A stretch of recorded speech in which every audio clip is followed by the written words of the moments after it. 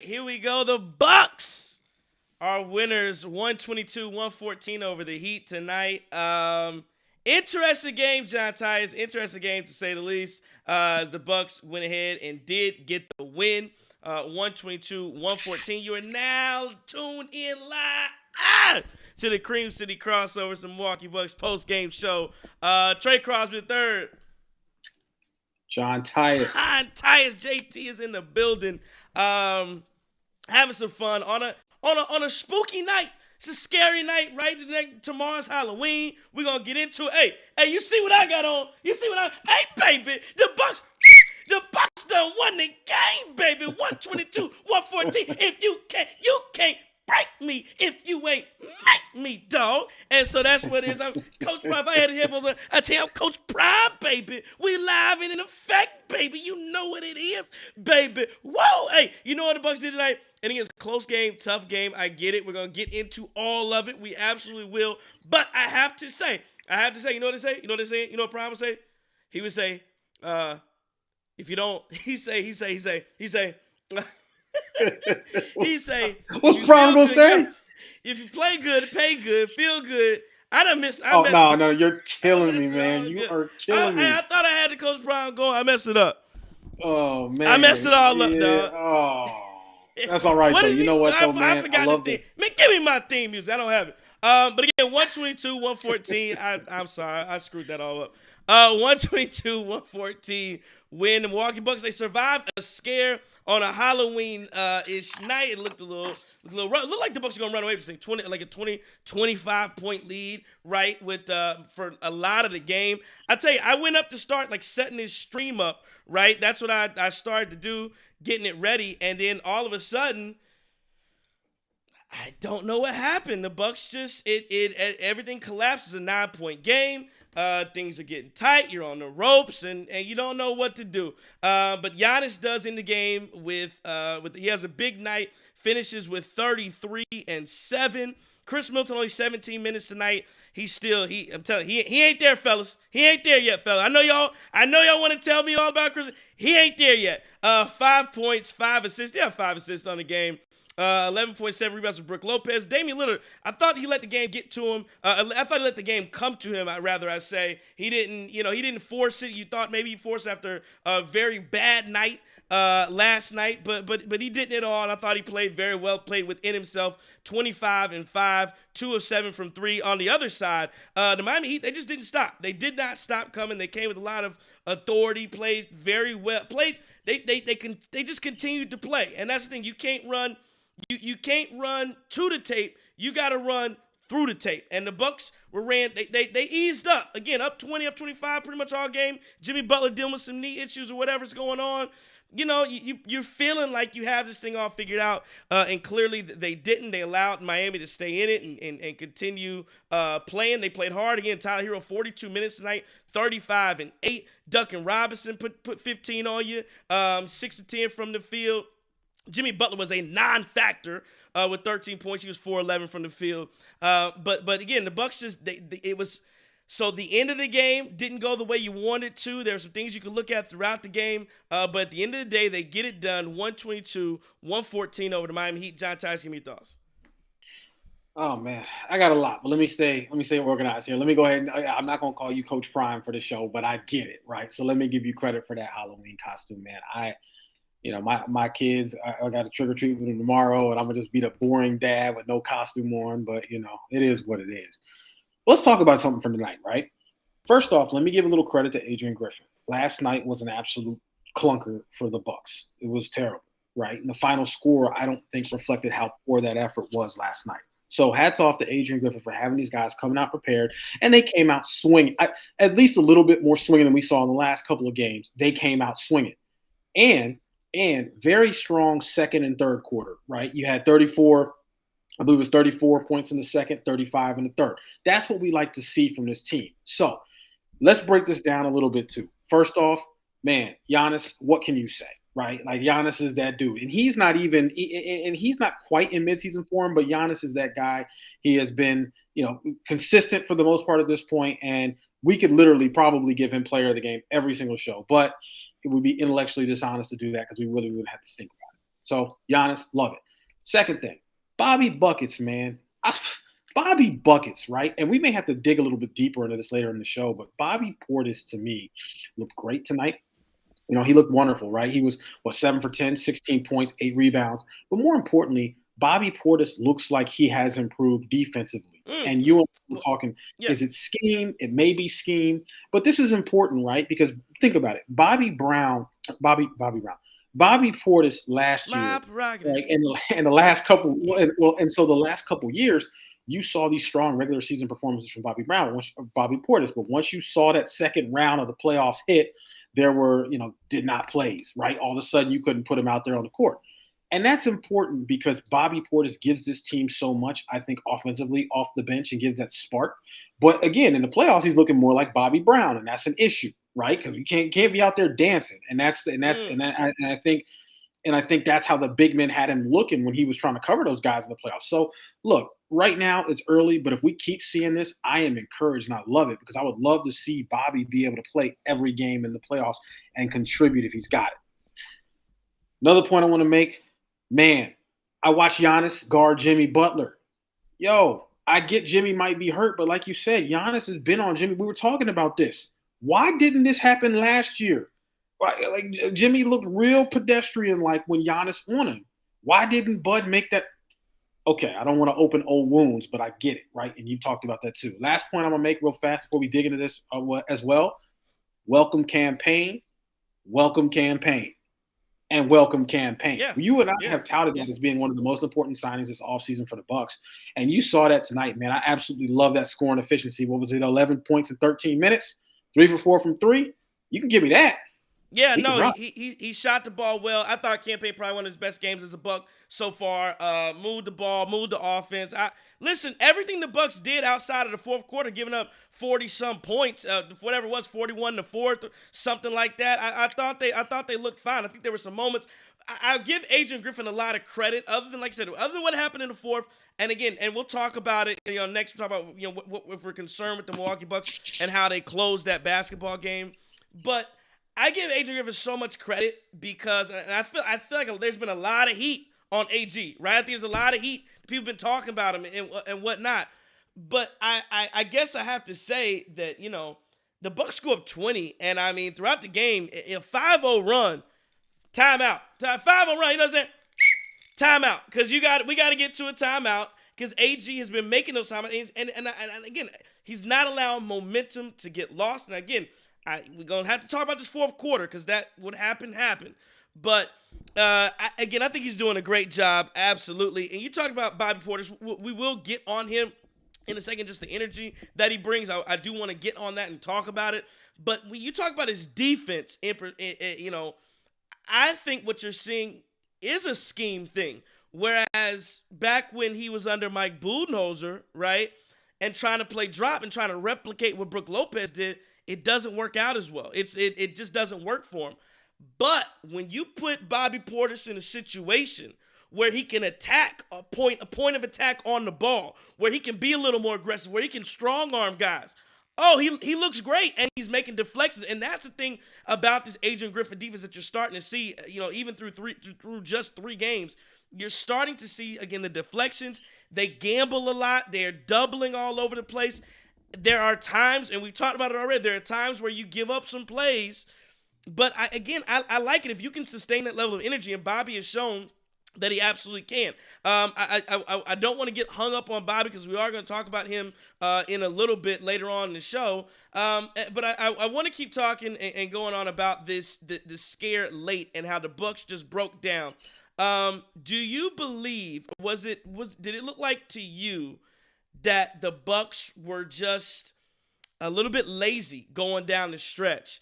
That maybe, and again, think about who was on the other side from Miami, right? Like, it wasn't like Jimmy Butler and the boys was closing. It was Jovic and Tyler, a lot of Tyler Hero and Duncan Robinson, and not even Thomas Bryant, who started in place of Bam Adebayo, who was out tonight.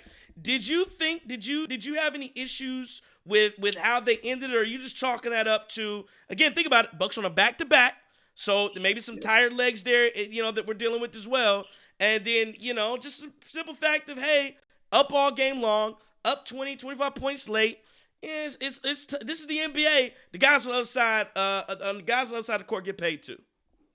Yeah, well, think about the mentality shift you have, right? You're up 25 points in the fourth quarter. It's almost like at that point, look, any sensible team this point of the season is 100% going to say, all right, who we resting at this point? Who coming out, right? Who throwing the slides on? Who's going to kick it? And that's kind of where we thought this game was going. So I do think there was a lapse there. And to be honest, I think this Bucks team probably thought that, you know what, we're about to win this game. This thing's going to be a wrap. Shut it down. Here we go. We're going to get prepared for Toronto on Wednesday. But you talk about this Heat culture, which I can't stand it. I mean, there's a little bit of merit to it, but I think it's slightly overblown. They just didn't quit. Right? They kept coming with it. They 100% kept coming with it. They didn't give up. And I think the Bucks, there was a bit of a lapse there. But I'll give some credit here, right? Adrian Griffin, you've had a terrible game where you just didn't really seem to show up, right? You've had this game where you took it to them and then you had to hang on, right? You found a way to win. You found a way to finish. I'm not going to say I'm concerned about that right now because, look, it's early, man. It's early. And there's going to be some ugly wins. There's going to be some ugly losses. But you finished tonight. So I'll give you that credit. Titonia World coming into the YouTube chat says we got to stop playing dudes with local connections. And, of course, he's talking about Tyler Hero and what Tyler Hero did to the Milwaukee Bucks tonight. Malik Beasley, who had a lot of the matchup on Tyler Hero, and I think also Pat Connaughton got some of that work on Tyler Hero. I don't think it was for a lack of effort. I'll say that. I don't think it was for a lack of effort what Malik Beasley was giving you. I thought the effort was there. I thought he still had some deflections and, played tough. But much like, and I hate saying it, much like Grayson Allen gave a lot of effort in Milwaukee as well. And it just didn't turn out too well on the defensive side of the ball. Not for a lack of effort. And I thought Malik Beasley, again, he's playing hard, but again, Tyler Hero just touched him up. And he touched up a lot of guys tonight. You saw Giannis obviously guarding Jimmy, and then I think there was a moment in the fourth there where it got to like 6 or 8 points where Giannis actually, I don't know if it happened on purpose or if, Giannis just got matched up on Tyler Hero, but he actually was on Tyler Hero for at least a possession or so late in the game. And yeah, give me your thoughts on how good is Tyler Hero really? Because, again, he's a guy who very early in his career was, in the bubble, was balling in the finals. Remember, in the bubble, Tyler Hero was going crazy. However, the Miami Heat have tried to trade him like 3 years in a row, and you still have these type of performances that he brings. I just don't – I never really know what to make of Tyler Hero. I see the talent. I think the Miami Heat overvalue what Tyler Hero brings. But then there are games like tonight, nights like tonight, where he can absolutely light it up, and he's 100% a bucket. Tyler Hero is the only player to me that vacillates between overrated and underrated, right? Because it's the weirdest thing. It's the ultimate dichotomy, right? How in the world can you be overrated and underrated? But he vacillates in between here. Look, I agree with you. I don't think the Heat value him as much. He's been on the trade block, and quite honestly, I think that Tyler Hero probably has a chip on his shoulder. I would be offended. Like, you're not going to put me on the trade block right. 3 straight, and then you want to preach this culture and this. It's like, listen, it's like the guy dating a girl till he can upgrade, right? And that's really sad to give you that example. But look, we all been in these streets at some point, right? That's exactly what it is with Tyler Hero. But what gets me about tonight, Tyler Hero did it a few different ways, right? First off, he was 9 or 10 from the free throw line. Right, so that's a huge deal, right? Especially when you're scoring 30, what do you have, 33, 35 tonight? Yeah, he was 9 or 10 from the free throw line tonight too. The other thing is Tyler Hero didn't cook you with threes. He was only 2 for 5 from 3. Tyler Hero was just getting buckets, man. And look, we've never said Pat was a remarkable defender. I think the argument we made last year, especially on air, was Pat was more athletic than Grayson, right? Having said it, neither one of them give you a whole lot, I think, defensively. And Beasley, man, listen, we talked about last night with Beasley being a sharp shooter. I think like 4 for 10 from 3, and we talked about his offensive contributions. We're hoping that he can defend, but man, I was looking a little shaky with Beasley tonight too. And that's Tyler Hero. You're not even getting into your elite guards at that point, your elite scorers. Yeah, 100%. I think that you're talking about all those things. You're looking at what he's bringing, and again he played a heck of a game. I will 100% give it to Tyler. He was on for a bit tonight, and sometimes you got to tip your cap to some of the. So that's the thing. Sometimes you just have to tip your cap to what he's doing. Okay, and that's what it will. 100%. Giannis came in tonight looking like I think he had the Hulk on as his Halloween outfit, his Halloween costume. And I got it this time, JT. Here we go. All right, here we go. I got it. Hey. Look good, feel good, play good, pay good, eat good, live good, die good, baby. That's how it go, baby. And Giannis was on Jimmy Butler all night, baby. He was absolutely. I don't know about that. He was. I don't know about that. I don't know if that's accurate. That's 100%. What you saying? That's not accurate. I don't know if that's accurate. Accurate. I thought it was look good, feel good, feel good, play good, pay good, pay good, eat good, live good, die good. See, now that's the remix, bro. And then you forgot about the best part we talked about. Had that Jerry curl, right? The thing looking wet, but it was bone dry. Come on, man. I know my prime. Must be the money. You know how it is, baby. But Giannis was on Jimmy Butler tonight, right? And he was looking like money against Jimmy. He absolutely shut Jimmy down. Here's the thing. I don't want to hear anybody talk about Jimmy was hurt.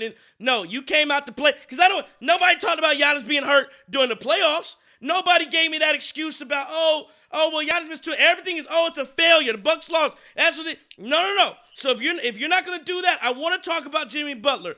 And I want to talk about two things, obviously. The obvious thing that jumps out with Giannis and Jimmy Butler is, one, that Giannis took Jimmy Butler on the I was in the year after the bubble when the Heat beat the Bucks. Then Bud finally put Giannis on Jimmy Butler. This has been an excuse forever that Giannis cannot defend perimeter players. I get that he's handsy. I get that he may get some fouls, but Giannis absolutely can defend at any. Like when they talk about the best defensive players of the year and all that, and I think they go, well, Bam or this guy, that guy, because they defend all five positions. That's just Bud who makes him defend at the rim. Giannis can do that stuff. He just never he doesn't get the opportunity to do a lot. And again, you saw it the year that I believe that was the year the Bucks won in 21 when they won the finals, when they took on the Heat in the first round of playoffs, and Giannis defended Jimmy Butler, and as a result, Jimmy Butler was getting outscored by Bryn Forbes. That's what was happening when Giannis was on him. So Giannis was on Jimmy tonight, and again, Jimmy just could. I'm not gonna lie. He looked pedestrian. He looked scared. He looked like he was caught in headlights. That's what I'm saying about him. I don't know how else you can say anything else or look any other way about it. Jimmy Butler looked like he did not know what to do when Giannis was on him. And again, I don't blame him because that is what it is. But it wasn't a whole bunch of yap talk like he was doing, taking Drew Holiday's heart. That didn't happen tonight. Giannis looked like he was guarding him very easily, beating him to every spot. He looked like he was just too much of a match for Jimmy Butler. And I know Jimmy Butler, it's the regular season, and he doesn't really care about the regular season, and he's going to turn up in the playoffs. That's what he's going to do. He's Mr. Playoffs. Well, his regular season picture, he got bangs and looked like, I'm an emo girl. That's what he wants to do in the race. That's what the image he wants to portray. That's what he looked like tonight against Giannis Antetokounmpo. If he wasn't ready to play, should have kept his ass on the team playing because he didn't look good tonight at all. No, he looked absolutely terrible. And look, I can't take away from what Jimmy did last year, playoff Jimmy, but you can only live on that reputation for so long. I mean, I think at this point, at some point, you got to really look to this year. And right now, I don't think Jimmy looks great. And tonight I don't know if he looked like he wasn't prepared to take that matchup on with Giannis, but he looked like he had no answers. Now, here's the thing about Giannis. I think he can guard perimeter players. The question you got to ask yourself is, do you want him guarding perimeter players, right? When you get to those elite perimeter players, do you want Giannis out? I mean, I don't know. And it also depends on personnel, right? Because if you have other bigs and stuff that you may want to put Giannis on, I get that. But look, Giannis shut Jimmy down tonight, and you got to give him credit for that. But speaking of Giannis, you know what I'm gonna give Giannis? You know what I'm most excited about tonight with Giannis? What's that? 8 for 11 from the free throw line. We've been talking about I know, but look, but at inopportune times, and again, I would give it to him because I think the last 2 he did hit. I believe that's how it went. And again, he goes 8 for 11. But there were 2 before that in the fourth. I don't remember what the score was. I believe the Bucks were up either 8 or 9. And Giannis airballs the first and he bricks the second. And up to that point, I believe he was 6 for 7. And then you're right, he goes 6 for 9 and then 8 for 11 because he hit the 2 after. And again, I will give him credit. I will give Giannis credit for when he got the ball with 17 seconds. And I think they were up, like, again, another 8 or so points. He did not pass the ball. He wanted to go to the line and take those free throws. So I'll give him the credit for it. But again, you can't go to the line and airball free throws. I mean, and I asked you this on the last post game show, JT. Have we gotten to a point where we give up on Giannis shooting the ball because he can't? He just ain't got it. He got it. Sometimes you don't have it. I'm not giving up on it. I'm not just me. I can't give up on Giannis shooting the ball. Right.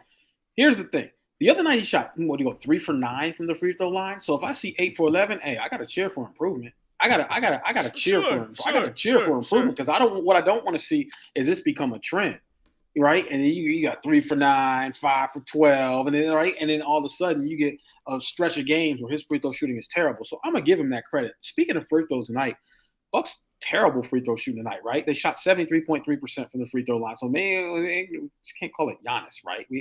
We got a free throw issue here. Conversely, I believe the Miami Heat shot around 90% from the free throw line. So that's going to be a big deal at some point.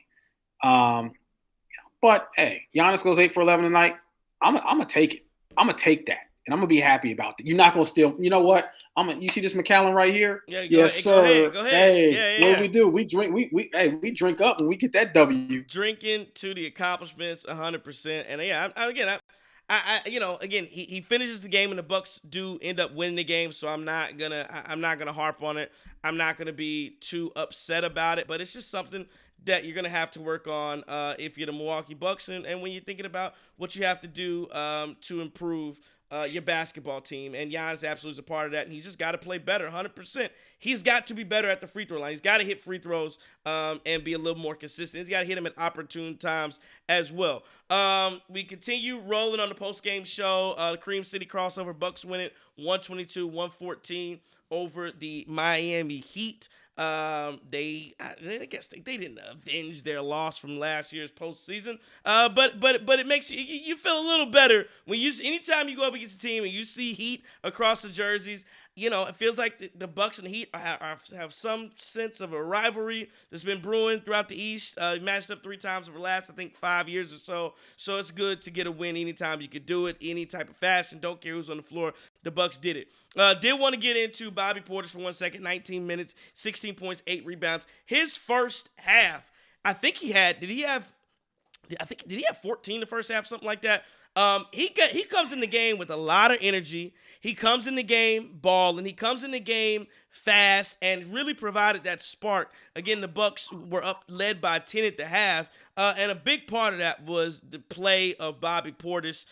Give me a little bit about Bobby Portis, and again, just what you saw from BP when he enters the game and he's making those plays and he's rounding the crowd up. Look, that's exactly what you see. Bobby Portis. I like Bobby Portis so much because he's an energy guy. I get it. He's a Bucks fan favorite, and I understand that. But the guys on the court respond to that.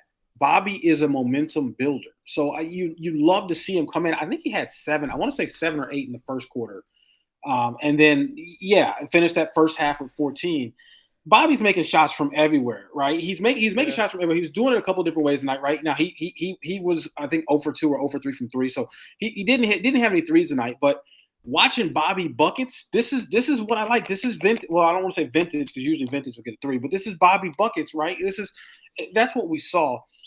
Offensively, defensively, we have to find a way to keep Bobby Portis on the floor in the playoffs. I know I'm looking ahead. We're 3 games in, but part of me as a Bucks fan, I realize that this is a new team. It's a completely different team than what we've had in the past, and we have to acknowledge that. But then part of me is still haunted a little bit by the ghosts of the past and some of the things that have happened as well. Yeah, and I think in Adrian Griffin's scheme, I think you will see Bobby Portis, be able not have to be a playoff liability on defense.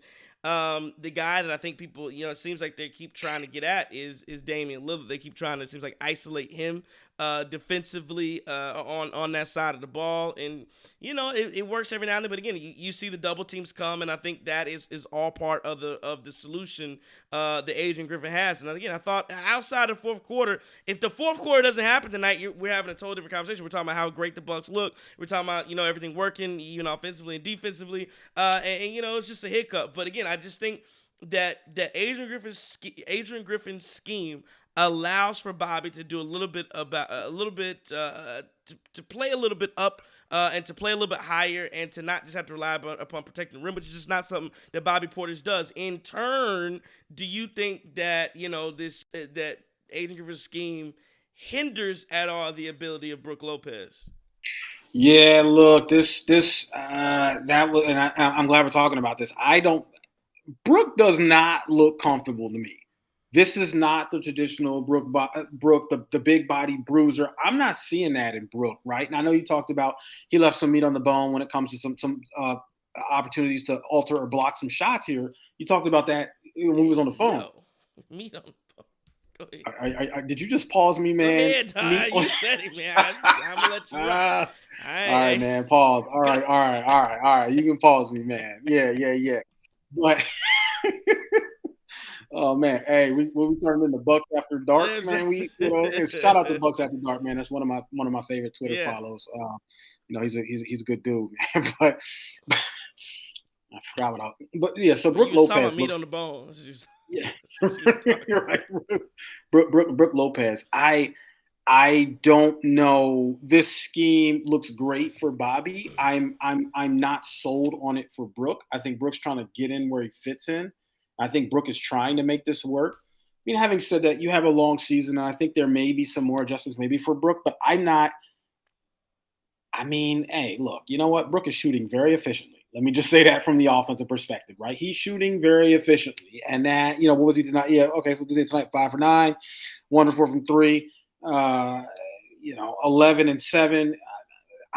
I'm not seeing the throwback vintage Brook Lopez that we've all become accustomed to. I'm not seeing the defensive player of the year, Brook Lopez, that I thought and we'd I see. think, I think that's really what you're alluding to and getting to is that, you're not seeing defensive player of the year-esque Brook Lopez through 3 games. I'm not, it's through 3 games. It is what it is. And, that's what you're not seeing yet. Not saying that it won't come. But yeah, as of the moment, it just is not happening right now for him. And, I think there were a couple times I saw Tyler Hero get to the basket later. And again, a lot of times those were blocks. He had a game the other night. He didn't have any blocks, but it feels like, and I don't know if the numbers are I don't know if the numbers show this, but it just feels like he impacted and altered more shots throughout looking back at him over the last couple years than he has through 3 games. Again, granted, through 3 games,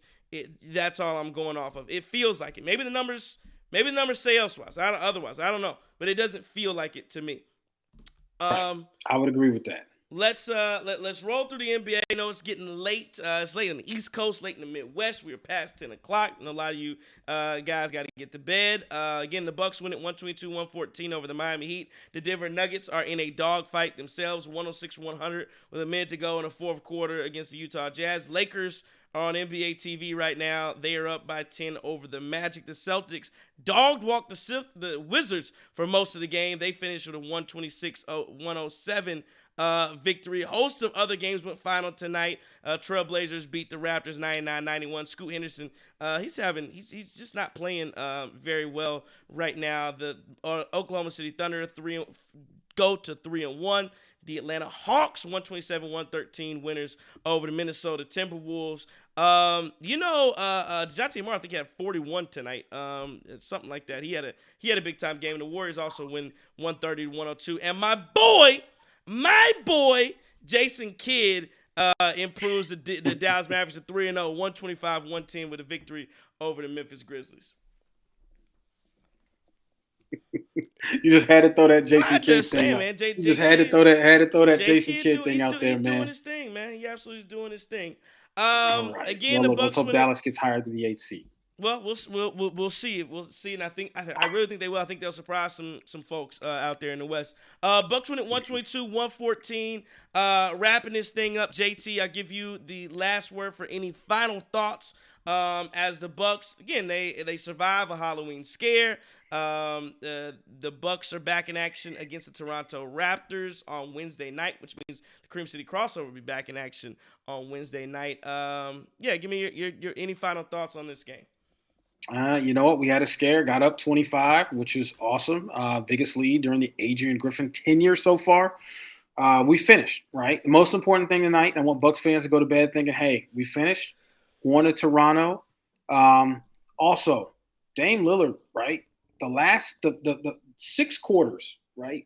Through up until the third quarter, right, from the last game against the Hawks to now, I saw a whole lot more Clark Kent than Superman. But saw him jump in that phone booth in that third quarter, and I think we're gonna be all right, right? Dame finishes the night with 25.